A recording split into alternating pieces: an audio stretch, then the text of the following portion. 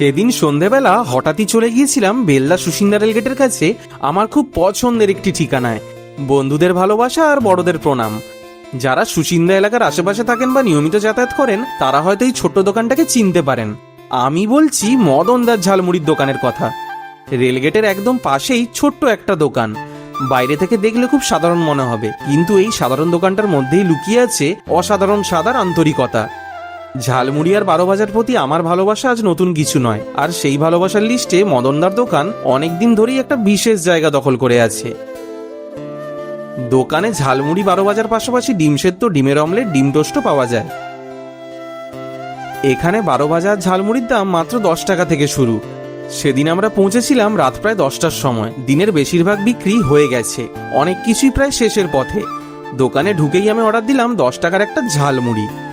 আসলে যেদিন এটা ওটা বেশি খাওয়া হয়ে যায় সেদিন মুখের স্বাদ বদলানোর জন্য আমার প্রথম পছন্দ কিন্তু এই চটপটে ঝালমুড়ি।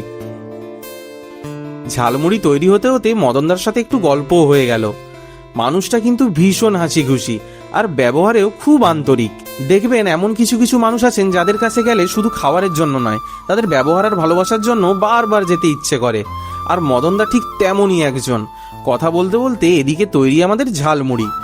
ঝালমুড়ি হাতে পেয়েই আবার অর্ডার দিয়ে দিলাম আমার সেই প্রিয় বারো ভাজা। বেলদার বিভিন্ন জায়গায় আমি অনেকবার বারো ভাজা খেয়েছি। কোথাও ঝাল বেশি, কোথাও আবার টকের মাত্রা এতটাই বেশি থাকে যে আসল স্বাদটাই হারিয়ে যায়। কিন্তু মদনদার বারো ভাজার ব্যাপারটাই আলাদা। এখানে প্রতিটি উপকরণ খুব যত্ন করে মাপ মতন দেওয়া হয়। আর সবচেয়ে ভালো বিষয় হলো বেশিরভাগ মশলাই দাদা নিজের বাড়িতে তৈরি করেন, ফলে একটা ব্যালেন্স টেস্ট তো পাওয়াই যায়। না বেশি ঝাল না বেশি টক, সবকিছু একদম ঠিক পরিমাণে, যাকে বলে পারফেক্ট কম্বিনেশন। বিশ্বাস করুন, সন্ধ্যের আলো, রেলগেটের পাশের ব্যস্ততা, ঝালমুড়ির গন্ধ আর মদনদার আন্তরিক ব্যবহার সব মিলিয়ে জায়গাটার ভাইবটাই একটু অন্যরকম।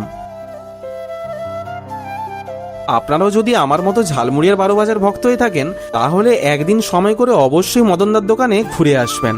আশা করি আপনাদেরও ভালো লাগবে। তো আপনি তো এখানে পুরনো কাস্টমার, তাই তো? হ্যাঁ।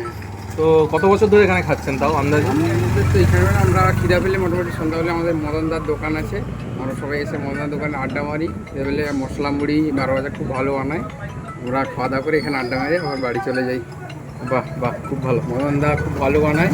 এখানে মদনদা বললেই সবাই চিনে যাবে যে মদনদার বারোভাজা দোকান কোনটা, সবাই বললেই দেখিয়ে দেবে। ব্যাস।